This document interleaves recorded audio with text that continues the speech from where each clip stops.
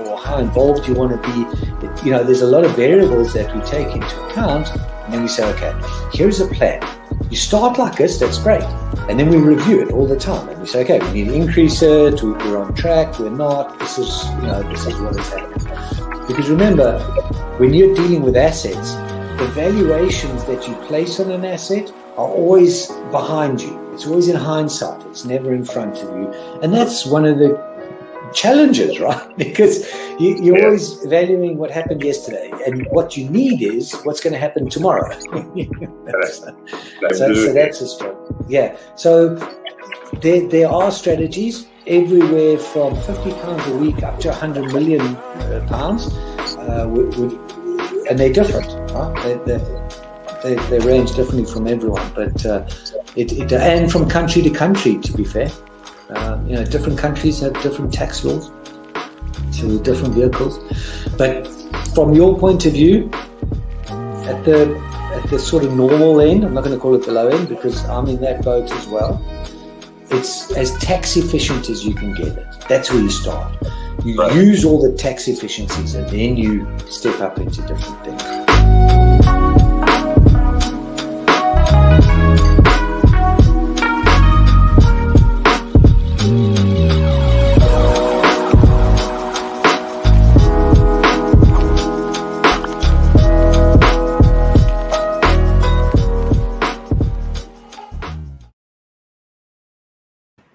Hi guys, welcome back to the show. It is your girl Sarah right here on Relaks Radio, and right now we're going to be talking about how the Foreign Office has apparently ignored frantic pleas of help, or frantic pleas for help by Afghans. All right, so that is what the conversation is about, so make sure to stay tuned because we're going to be talking about all of that. All you need to do before we head into that conversation is get in touch with me. All right, you can text me, you can call me on 078-52-473-473. Share your thoughts, share your opinions, because I would love to hear everything that you have to say. But also don't forget to actually let us know how you feel about the present situation in Afghanistan. All right, if you feel like we have a bigger duty to these Afghan citizens than what we have, than what we have actually managed to do so far, please feel free to actually go ahead and text me, or even drop a comment on our live stream, because that way I can definitely see all the comments that you are dropping. So definitely make sure to do that so I can share your thoughts and opinions with everyone who is listening in. All right, and now let's actually head into our conversation because we have so much to be talking about. But before we do that, I want to very quickly remind you that you can in fact go like us on Facebook, follow us on Instagram, Twitter, and TikTok, and also subscribe to our YouTube channel as well, because that way you can actually make sure that you're always informed and you're updated about the very latest that happens in the world. All right, and don't forget to download the app either, because that is available on both the Apple App Store and the Google Play Store for your convenience. So go ahead and do that. And now let's actually head into our conversation, because we're going to be talking about how thousands of emails to the Foreign Office from MPs and charities have actually been ignored or not even been read or even opened by government ministers. All right. Now thousands of emails to the Foreign Office from MPs and even charities that have in fact detailed these urgent cases of Afghans trying to escape from Kabul have not been read. All right, and this also includes cases that have been flagged by government ministers. Now, the UK's Afghanistan evacuation concluded on Saturday night with the departure of Britain's final military and diplomatic personnel, right? And this actually brought about the sudden end to the 20-year deployment. Okay, and more than 15,000 people have actually been brought out of the country in the last fortnight in what ministers have actually described as the largest UK military evacuation since the Second World War. Okay, now, however, amid all of these accusations of government incompetence over elements of the evacuation effort, there's also been other evidence that an official email address, which is in fact used to collate potential Afghan cases from MPs and regularly contained about 5,000 unread emails throughout the week. Okay. Now, in many cases, emails detailing the cases of Afghans who fear for their families' lives actually appear to have been unopened for days. All right. So this is actually, it's actually quite sad, because these people are people who have, either helped the United Kingdom, especially during their 20-year campaign, or people whose lives are actually in a lot of danger. All right. So it is in fact a big problem. And an email from Valabali leader Mr. Keir Starmer had actually who actually sent who which was basically sent on Monday, was actually still unread on Thursday. All right. And the truth of the matter is, this is a sort of incompetency that we can't afford at this point of time. Right. And the truth to that, and the reason that is, and the reason that is the case is, yeah, sure, what? The UK and the US troops might have withdrawn. But the truth is, there are still so much of people whose lives are at risk. So much of people who've been trying to leave Afghanistan, but they haven't been able to, right? And we also know that, we also know that the Taliban actually stated, look, what? After these foreign troops actually leave, people cannot leave the country. So this is, in fact, very, very problematic.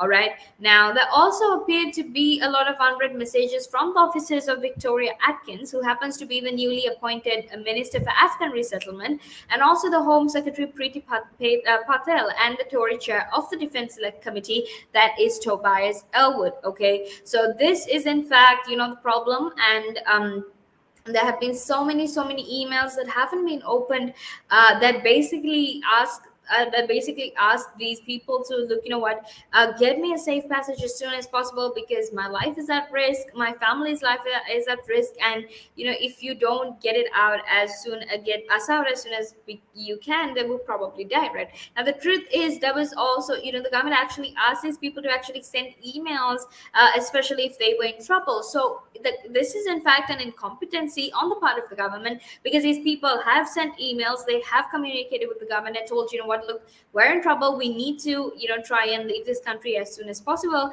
But the government has blatantly ignored all of that, or even unopened all of those emails. Right now, that happens to be a backlog of about 5,000 emails, and that could potentially be 5,000 5,000 different families. All right. And the truth is, it's just, if it's just one person that's in the email, or even if that's the case, we don't really have a very definite amount of people who have been left behind in Kabul. All right. So now make sure to stay tuned, because we're actually going to head into a small break right now. And after that, we will be back to discuss this further.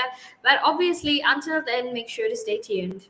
Are you looking to achieve the most relevant qualification to kickstart your career? Then reward yourself with the best globally recognized professional business qualification, CIMA. Irrespective of the field you aspire to succeed in, a CIMA qualification can add immense value to your resume and professional life. Succeed in your CIMA journey with supportive tuition provided by qualified lecturers and resources. Nanaska is the leading registered CIMA tuition provider in Sri Lanka, with over a decade in the industry and hundreds of success stories. With qualified and certified tutors, Nanaska now provides easy access 100% virtual classes so that you could succeed at your exams and in life right from the comfort of your home. At Nanaska, it's not just about a qualification. We help you think out of the box and build a personality. Exciting offers also await students overseas. Enroll now. Call +94 77 499 7338 or visit www.nanaska.com. Commence your CIMA journey at Nanaska and become a globally recognized leader. Nanaska. Smile with results.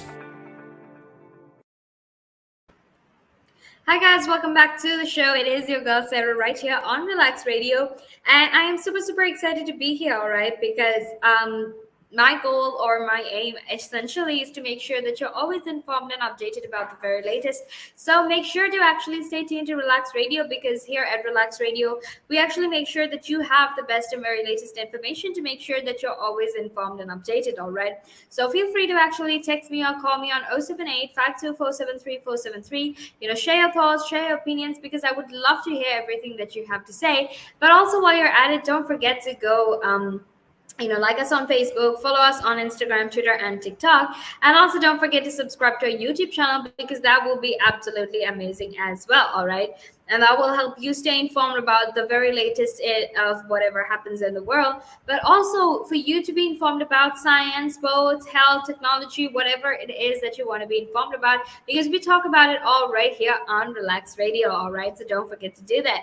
And now let's actually head into a conversation, because we're going to be talking about how the Foreign Office has ignored frantic pleas by Afghans to evacuate them and to give them a safe passage to come to the United Kingdom. All right, so that is what the conversation is about. All right, now feel free to join the conversation live and share your thoughts and opinions, because I would love to hear everything that you have to say. But right now, let's actually head into our conversation. Right now, this revelation actually calls into question the suggestion from ministers that the number of Afghans left behind would actually be up to 1,100 in total. Right, because a whistleblower with access to the Foreign Office email accounts in question said most cases covered more than one person, right? Meaning ministers actually had no clear idea of the real numbers left behind.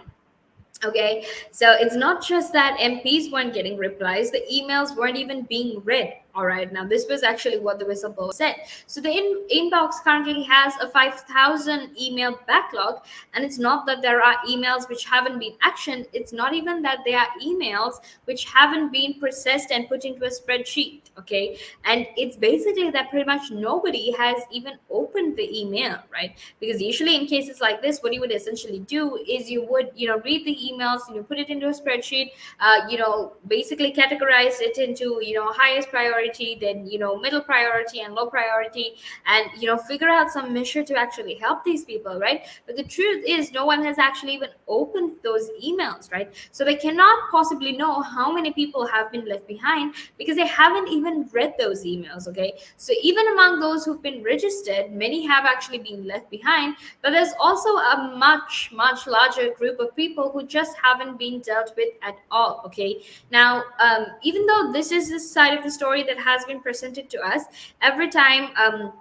we asked Foreign Office people who were working from the ground at the Afghanistan, at the Kabul airport and whatnot, they basically said, look, you know what, we have been working tirelessly. We have been, processing more than 100 applications in an effort to actually help these people. And the truth is, there were also these claims of racism and discrimination, basically about how,